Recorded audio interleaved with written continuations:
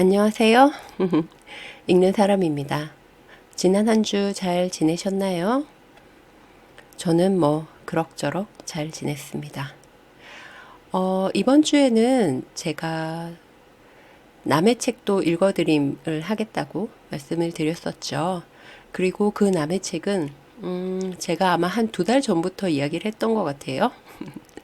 제목이 아무도 미워하지 않는 개의 죽음입니다. 이 책은 2018년에 창비라는 출판사에서 출간이 되었었고, 2023년에 잠비라는 출판사에서 개정판이 나왔습니다. 저는 초판본을 가지고 있어서 그걸 기반으로 말씀을 드리게 될 것 같아요. 사실 솔직하게 말씀을 드리면 지금 이 녹음이 11번째입니다. 정말 10번을 녹음을 했거든요. 그 10번의 이야기가 다 달랐어요.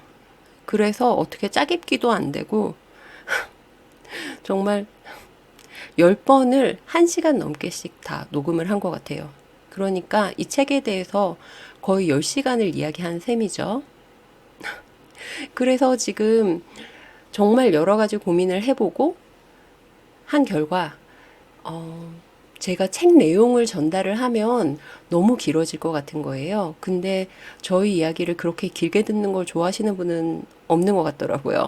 시간 관련해서 피드백을 주신 분이 딱 한 분 있었는데 그분이 시간이 좀 주는 게 좋다고 이야기를 하셨던 것 같아요. 그래서 책 내용에 대해서는 자세하게 설명을 드리지 않고 그냥 저의 감상 위주로 말씀을 드리려고 합니다.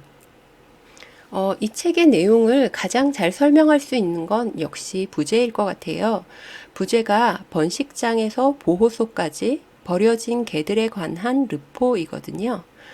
어, 여기에서 이제 한 가지, 사실은 2가지 당부를 드리고 싶은 게 있는데, 하나는, 개 문제에 관심을 가지셨던 분이라면, 그리고 가지고 계신 분이라면, 번식장에서 보호소라는 그 명칭에서 나오는 익숙함이 있으실 거예요. 그래서, 나 그 이야기 다 아는데? 라고 생각하실 수도 있을 것 같아요.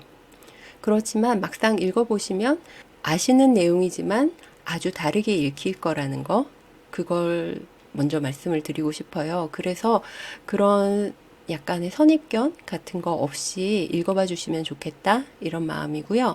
다른 하나는, 번식장에서 보호소 이야기라고 하면, 흔히 나오는 반응 중에 그런 게 있어요. 너무 슬프고 아파서 보고 싶지 않다, 듣고 싶지 않다, 그런 이야기가 있습니다.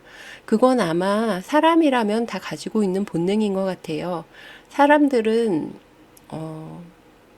자기 생활도 이미 힘든 경우가 많으니까, 가능하면 즐겁고 따뜻하고 재밌는 걸 보고 싶어 하죠. 그렇지만 이 책에서도 이제 어떤 인터뷰 해주신 분이 그런 이야기를 하세요. 아는 것만으로도 작은 어, 날갯짓이 될 수 있지 않을까? 이런 이야기를 하시거든요. 어, 그리고 이제 이 책에서 그런 이야기도 나와요. 낙관도 비관도 없이. 저는 그런 생각을 해봐요. 이 번식장에서 보호소까지 그 과정을 실제로 겪는 존재가 누구인가? 그걸 겪는 존재들은 개일 거예요. 그렇다면 그 고통을 경험하는 존재들에 대해서 우리가 감히 낙관이나 비관을 해도 괜찮은 걸까? 그런 생각을 해봅니다. 어, 아마 이걸 들으시는 분들은 다 개를 좋아하시거나 개고양이에 관심이 있으시거나 하는 분들이 들으신다고 생각을 해요.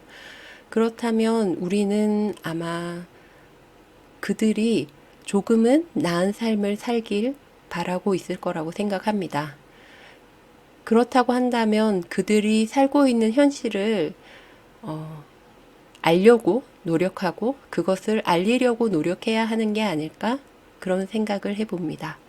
그래서 이 책이 결코 재밌거나 즐거운 책은 아니에요. 그리고 작가분이 이 일이 일어난 현장들을 거의 다 가보셨다고 해요. 덕분에 그 현장들의 경험이 아주 생생하게 책에 다 잘 담겨 있습니다.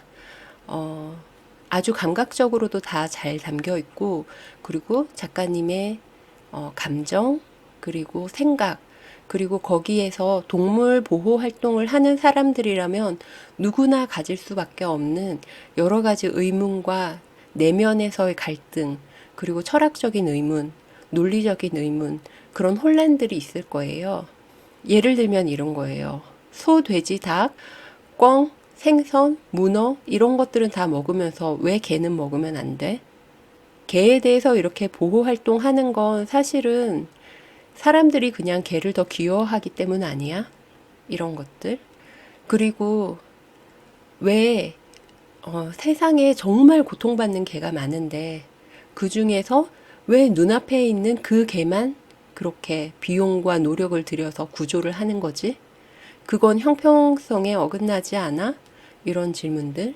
여러 가지 질문들이 있을 거예요. 아마 이걸 들으시는 분들도 동물 보호 활동에 관심을 가지면서 스스로 가진 여러 가지 질문들이 있을 겁니다.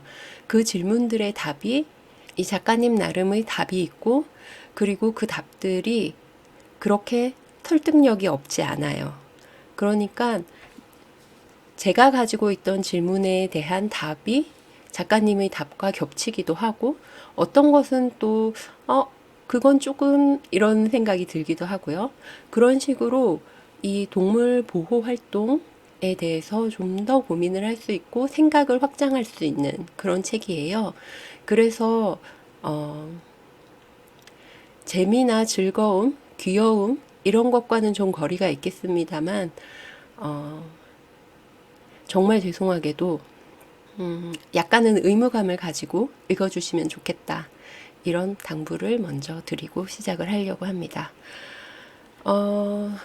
그러면 책에 대해서 이제 전반적으로 한번 설명을 해볼게요. 이 책은 프롤로그와 5개의 챕터로 이루어져 있습니다. 프롤로그는 이 작가분이 이 여정이라고 얘기해도 될까요? 이 개 문제를 따라가는 과정의 중간 어디쯤이었던 것 같아요. 이제 개농장을 방문하게 되어서 가서 현장을 보고 그곳에 있는 개들도 보고, 그리고 환경이 얼마나 열악한지도 전달을 해놓고 있습니다. 그리고 난 다음에 이제 1챕터로 시작을 해요. 1챕터가 어떤 시작입니다. 여기에서 이제 피피라는 한 개가 등장을 해요. 이 개는 펫숍에서 한 커플이 구입을 해서 키우던 개였는데 커플에게 사정이 생기면서 어딘가로 가야 했던 거죠. 그리고 그 개가 도착한 곳이 바로 이 작가님의 집이었던 겁니다. 그러면서 이제 이 작가님한테 개는 그냥 개였던 거예요. 근데 피피와 살게 되면서 이제 피피가 하나의 개체로 들어오기 시작을 한 거예요. 서로 둘 다 동물이잖아요. 사람도 동물이고 개도 동물이잖아요. 그러다 보니까 생물로서 동물로서 가지는 어떤 동질감, 그리고 개이고 사람이기 때문에 당연히 있을 수밖에 없는 차이점, 이런 것들이 보이게 되면서 그 동물에게 관심이 가고, 관심이 가다 보니까 호감도 생기고, 호감이 생기니까 결국 사랑을 하게 된 겁니다. 그리고 우리가 어떤 존재를 사랑하게 되면 그 존재의 과거와 현재, 그리고 미래가 궁금해지죠. 그래서 이제 이 작가님은 피피를 시작으로 해서 한국에서 개로 산다는 것은, 정확하게 그건 개로 산다고 하기는 좀 어려운 이야기인 것 같아요. 한국에서 개로 흘러다닌다는 것은 어떤 것인가 알아보기 시작을 합니다. 그 시작이 챕터 2 새끼 빼는 기계들 번식장과 경매장입니다. 피피는 펫숍에서 온 개였거든요. 그랬기 때문에 당연히 그 시작은 번식장일 수밖에 없었겠습니다. 한국의 개는 철저하게 지극히 자본주의적인 원칙 아래에서 생산되고 유통되고 폐기되고 그 부산물이 다시 재사용되는 그런 존재들입니다. 그래서 번식장에서 개는 아주 효율적인 방식으로 비용이 덜 들면서도 손이 덜 가면서도 가장 많은 이익을 낼 수 있는 방식으로 생산이 됩니다. 그렇기 때문에 이제 강제교배라는 것도 일어나게 되고요. 강제교배에 대해서는 아마 아시는 분은 아실 거예요. 사람에겐 두 개의 손이 있잖아요. 그래서 번식을 하기 위해서 필요한 모견을 한쪽 손으로 잡고 다른 손으로 종견을 잡아서 두 개의 몸을 붙이고 번식을 시킵니다.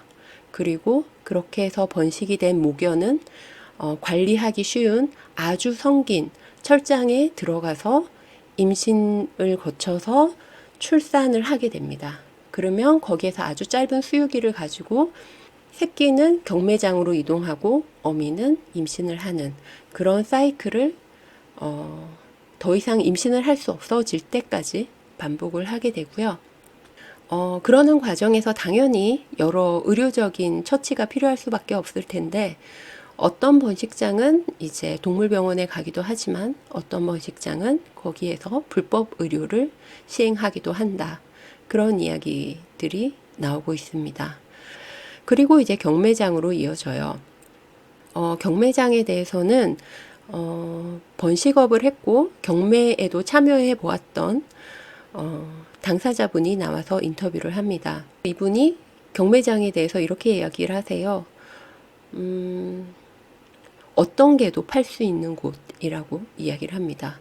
한국 법률에서는 이제 2달 미만의 개는 유통을 하지 못하게 되어 있지만 개가 언제 출산했는지 그러니까 개가 언제 태어났는지에 대해서 관리 감독을 하고 있지 않기 때문에 이 개가 2개월 미만인지 아닌지 아무도 알 수 없는 그런 상황에서 소비자가 원하는 어리고 작은 개체 상태로 경매가 진행이 된다고 해요. 그리고 책에서는 이제 2016년을 기준으로 연간 25만에서 30만 마리 정도의 개가 경매장을 거쳐서 유통이 되었다라고 이야기를 하고 있습니다. 그리고 이제 경매장에서 유통되는 또 다른 개가 있는데 그게 바로 이제 더 이상 임신 출산이 불가능하거나 더 이상 판매가 되지 않는 사람들이 그렇게 많이 원하지 않는 그런 개체들입니다. 그들은 이제 하나의 상자에 모여서 상자 단위로 판매가 된다고 해요. 그리고 그 친구들은 결국에는 이제 다른 곳으로 가게 되는데 그 이야기는 4챕터에서 나오게 됩니다. 그러면 이제 경매장에서 펫숍으로 간 개들은 어떻게 될까요? 그들은 이제 각자의 소비자의 집으로 가게 되겠죠. 그리고 소비자들은 공공 집계로만 연간 6, 7만 마리의 개를 유기합니다. 그 6, 7만 마리 중에는 사실은 일반 가정 유기 개체도 있지만 이제 들개들도 있기는 해요. 그렇다고 하더라도 한국의 유기견 집계되는 개체의 수만 그 정도가 돼요. 그러면 이제 그렇게 유기된 개체들은 어디로 가느냐? 바로 동물보호소로 가게 되는데요. 동물보호소는 이제 공설보호소와 사설보호소 이렇게 두 곳으로 나뉘게 됩니다. 한국은 저도 이제 이만한 고양이에서 이런 이야기를 한 적이 있는데 한국의 동물보호소는 동물을 위해 존재하지 않는다. 한국의 동물보호소가 보호하는 것은 인간이다 라고 단정하는 말을 쓴 적이 있는데요. 실제로 한국의 동물보호소는 공중위생을 위해서 시작되었다고 해요. 그랬기 때문에 초기에 동물보호소를 할 수 있는 자의 요건은 아주 간단했다고 해요. 동물 사육시설이 있는 자이기만 하면 됐다고 합니다. 그러면 그 시절에 길에 얼마나 개들이 많았겠어요. 그 시절에만 해도 우리 한국이 20세기에만 해도 개에게 목줄을 채운다라는 개념이 그렇게 많지 않았거든요. 개를 풀어서 키우는 경우가 아주 많았습니다. 그랬으니까 길에 얼마나 개가 많았겠어요. 그러니 개 사육 시설 자체도 아주 커야 했겠죠. 그리고 그런 대형 사육 시설을 갖출 수 있는 자는 그때 당시에 딱 하나뿐이었던 모양인가 봐요. 바로 개농장을 하는 사람들이었던 겁니다. 그렇기 때문에 이제 그때에는 개농장과 동물보호소를 겸업을 하는 사람도 있었다고 합니다. 그러면 이제 이해가 되는 것이 딱 하나가 있어요. 2000년을 기점으로 해서 앞뒤로 해서 그런 문제들이 이렇게 신문지상에 보도가 되는데 동물보호소에서 보호기간이 종료한 개를 개시장으로 보낸다. 도살장으로 보낸다. 이런 뉴스가 보도가 됐었고 안락사된 개를 개고기로 유통한다. 이런 기사도 있었어요. 그러니까 저는 이제 이 보호소의 기원에 대해서, 보호소의 시작에 대해서 모르고 있었기 때문에 그 기사를 봤을 때는 아주 분노했었고, 그 동물보호소 소장이 이해가 전혀 되지 않았어요.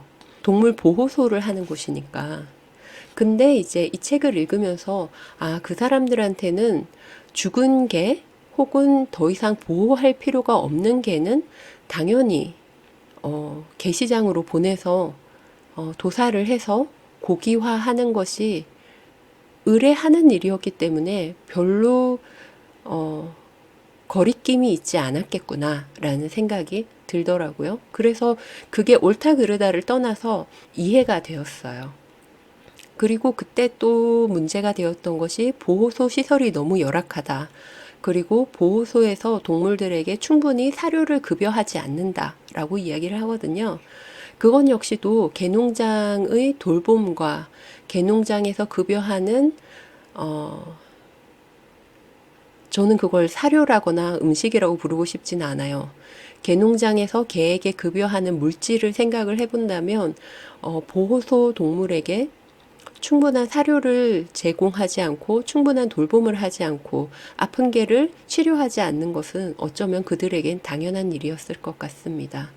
그래서 이제 그 시절에 이런 공공보호소, 공설보호소의 문제를 인식한 시민들이 정말 많이 동물보호소에 개입을 합니다.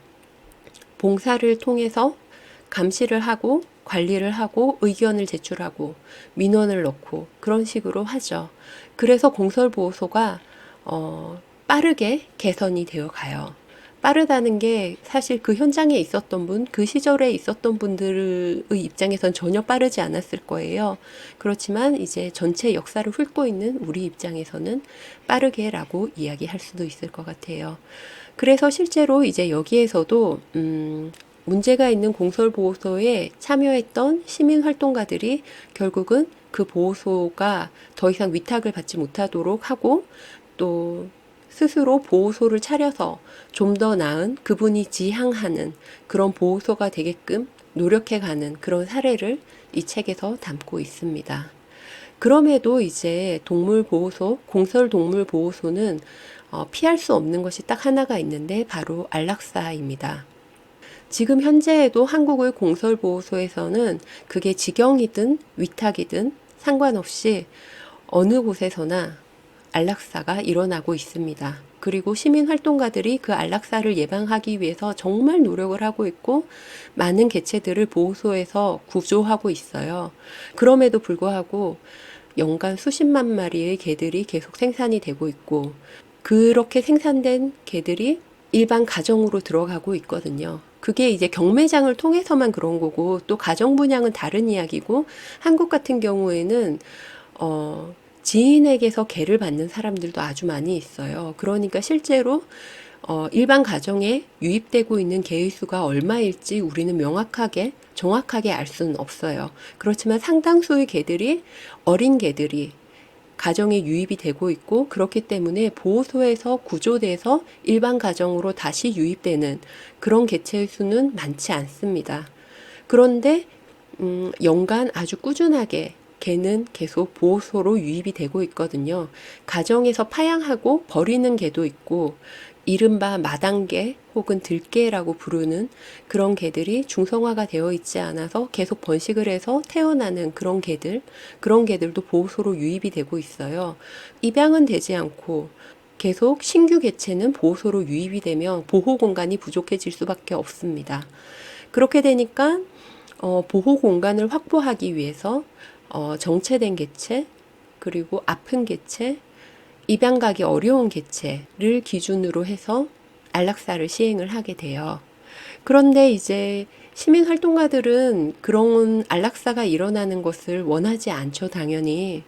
그리고 아마 동물 보호소를 운영하는 분들 중에서도 동물에 대한 사랑이 있는 분들이라면 그걸 원하지 않을 거예요. 그러다 보니까 안락사가 없는 보호소를 지향하면서 생긴 것이 사설보호소입니다. 그렇지만 사설보호소도 공설보호소가 가지고 있는 동일한 문제를 가지고 있습니다. 입양은 잘 되지 않고 유입개체는 많고 정체되는 개체도 있고 정체된 개체들은 아프고, 그건 아마 제가 앞에서 읽어드렸던 어떤 삶들이란 책에서도 들으신 바 있는 걸 거예요. 그렇게 정체된 개체들은 보호소나 쉼터에서 나이가 들고 나이가 들면서 병이 생기고 병이 생기는 만큼 의료비가 증가하게 되고, 그렇게 해서 쉼터와 보호소에 재정적 부담을 주는 그런 악순환이 반복되는 그런 건데, 이제 이 사설보호소에서도 그런 문제가 일어나고 있는 거죠. 어떤 삶들에서는 고양이고 여기에서는 개입니다만 사실 둘 사이에 몇몇 다른 점이 있긴 하지만 기본적으로 이 보호소나 쉼터나 구조의 흐름은 약간은 비슷하다고 볼 수 있을 것 같습니다. 그래서 이제 사설보호소에 대해서 사설보호소를 운영하시는 소장님이 직접 인터뷰를 하시면서 그런 이야기를 하세요. 여기 이 보호소에 있는 개체들이 제대로 삶을 산다고 할 수 있는가? 이들은 아무런 죄도 없이 갇혀 있는 것과 같다. 무기수와 같다. 이렇게 이야기를 합니다. 그건 어쩌면 당연한 건지도 모르겠어요. 개들은 어쨌든 사람과 관계를 맺도록 진화하고 버릇이 들어온 개체들이잖아요. 그러다 보니까 보호소에 있더라도 이 친구들은 사람과 가까워지고 싶어 합니다. 그건 심지어 개농장에서조차도 그렇습니다. 그 이야기가 이제 챕터 4 쓸모없어진 존재들의 하수 처리장, 개농장과 개시장 그리고 도살장 이야기입니다.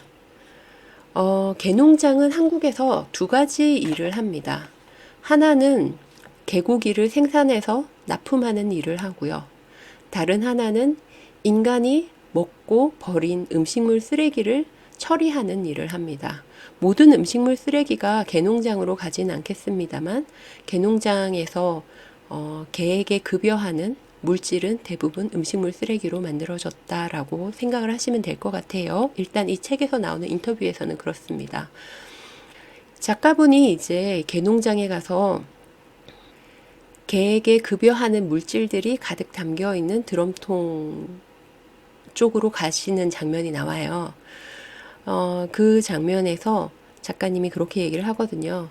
가까이에 가고 있는 것만으로도 이미 코를 막아야 할 정도로 악취가 지독했고, 뚜껑을 열었을 때 구역질이 났다라고 이야기를 하고 있습니다. 그리고 그 안에는 상온에서 방치된 음식물 쓰레기가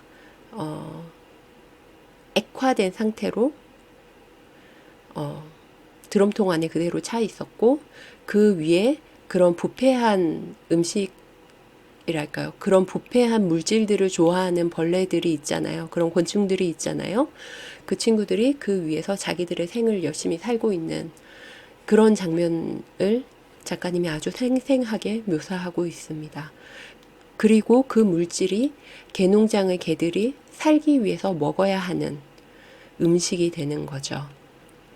이 책에서 이제 인터뷰들이 아주 생생하고 아픈 인터뷰들이 정말 많거든요. 그리고 인터뷰 보면서 이제 충격을 받기도 하고 울기도 하고 화나기도 하고 그래요. 근데 그 중에서 제일 충격받았던 게 뭐냐 하면 어떤 개농장 운영자가 인터뷰에서 이런 말을 했다고 해요. 자기는 개농장을 운영하면서 개들에게 한 번도 맑은 물을 준 적이 없다. 개농장의 개는 맹물을 마시지 못한다 라고요. 그만큼 개들에게 맑은 물을 급여하지도 않을 정도의 돌봄이었고 그 개들의 갈증을 해소해 줄 의사가 전혀 없었다라는 의미가 되겠습니다. 네. 그렇게 생산된 개는 이제 개고기가 되기 위해서 개시장으로 팔려가게 되죠. 그리고 이제 개시장에서의 이야기는 개시장 폐쇄를 위해서 노력했던 당시 활동가들의 이야기, 그리고 개시장에서 개의 매매와 도살, 그리고 개고기의 유통이 일어나지 않도록 개시장을 계속 순찰했던 활동가들이 개시장 안에서 보았던 상황들에 대해서 아주 구체적으로 생생하게 잘 전달하고 있습니다.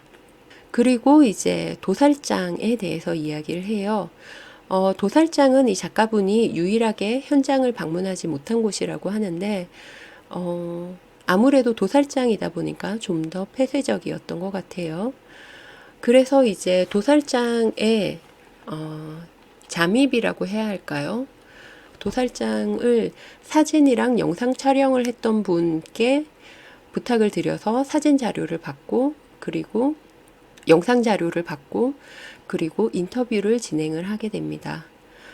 이 부분은 좀 읽어드리고 싶어서 지금부터 읽어드릴게요.